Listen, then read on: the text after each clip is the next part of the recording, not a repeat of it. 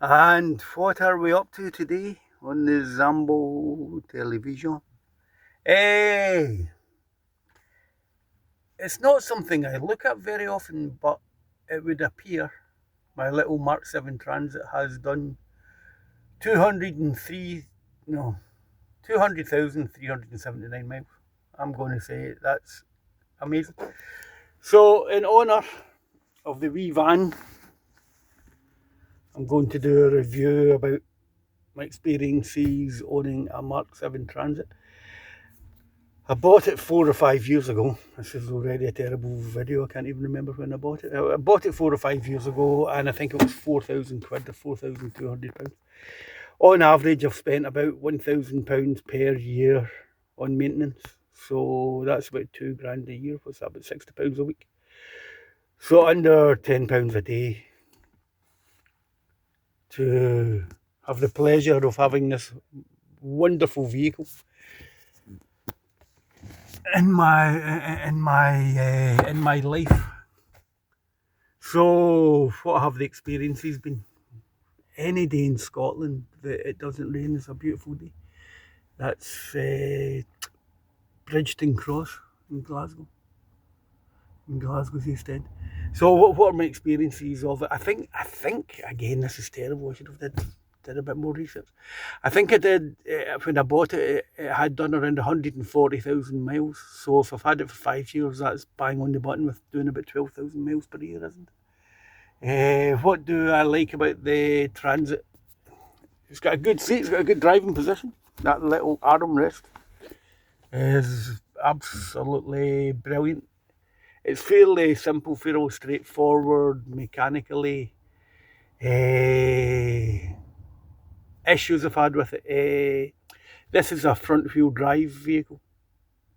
I'm more familiar with rear wheel drive vehicles. There's a lot of nuts and bolts to get to the drivetrain on the suspension side, and it seems to eat suspension components.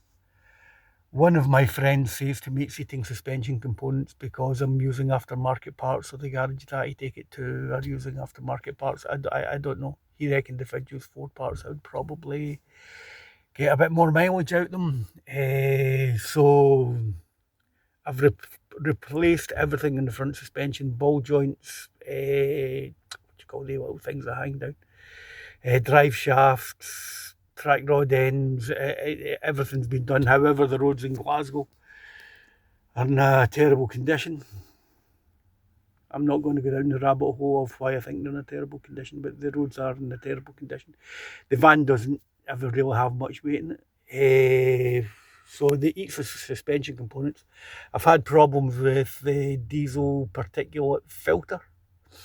I think any modern diesel vehicle, you have problems with the DPF that get blocked up, especially if, like me, you're driving around town and not really taking them out in the motorway and giving them a chance to clear all their tubes. So the DPF has been an issue. Front suspension, as I say, every year there's always something else to be repaired in the front suspension. Maybe it is using aftermarket parts, who knows. I had to replace the oil pump in it a couple of years ago as well, and I think when I checked the forums, the oil pumps are a service item, which seems crazy to me. However, on this particular vehicle, I changed it myself and I didn't find it too difficult to change. Recently, I had to get the glow plugs replaced. Now, when you go in the forums, a lot of people say that's impossible. They're going to snap. You have to take the cylinder head off and all the rest of it. The garage I took it to had it in and out in a day. No real issues. So the weak points, you need to keep your eye on the oil pump. I would, if I bought another one of these, which I'm not going to, but if I bought another one, the first thing I would do would be change the oil pump out. That's not something you want failing on you if you're doing 70 miles an hour down the motorway. They each front suspension components. What's the other thing that says the diesel particulate filter? I mean, they're just a nightmare in any vehicles. So other than the three things, it's been an absolutely brilliant little van. It's been very, very reliable. I took a gamble when I bought it because I have not owned a Transit since I was in my 20s. Maybe you've got a transit, you've had different experiences from me. I think I did the alternator as well, maybe the battery, but again, it's an old van, and I would call them kind of service helps. Maybe you've had different experiences. However, my experience of this has been fabulous. The engines in them they're amazing. They're a lot of torque from about 12, 1500 revs up the way. And for a small engine, I think that's remarkable. Should you buy one, if you're handy with tools, you don't mind getting dirty. I found the front suspension a bit difficult to work on, so I took it to garages. Normally, when I had rear wheel drive vans, I would have done most of that work myself. What else? If I was buying another one, I would possibly, I've never owned one, I'd probably buy the rear wheel drive version of it. I think it would be easier to work on, and it wouldn't be as hard in suspension components. So I'm going to say Ford. You made a cracking little piece of kit. Coming in or shine, it's all started. Right, thanks for watching.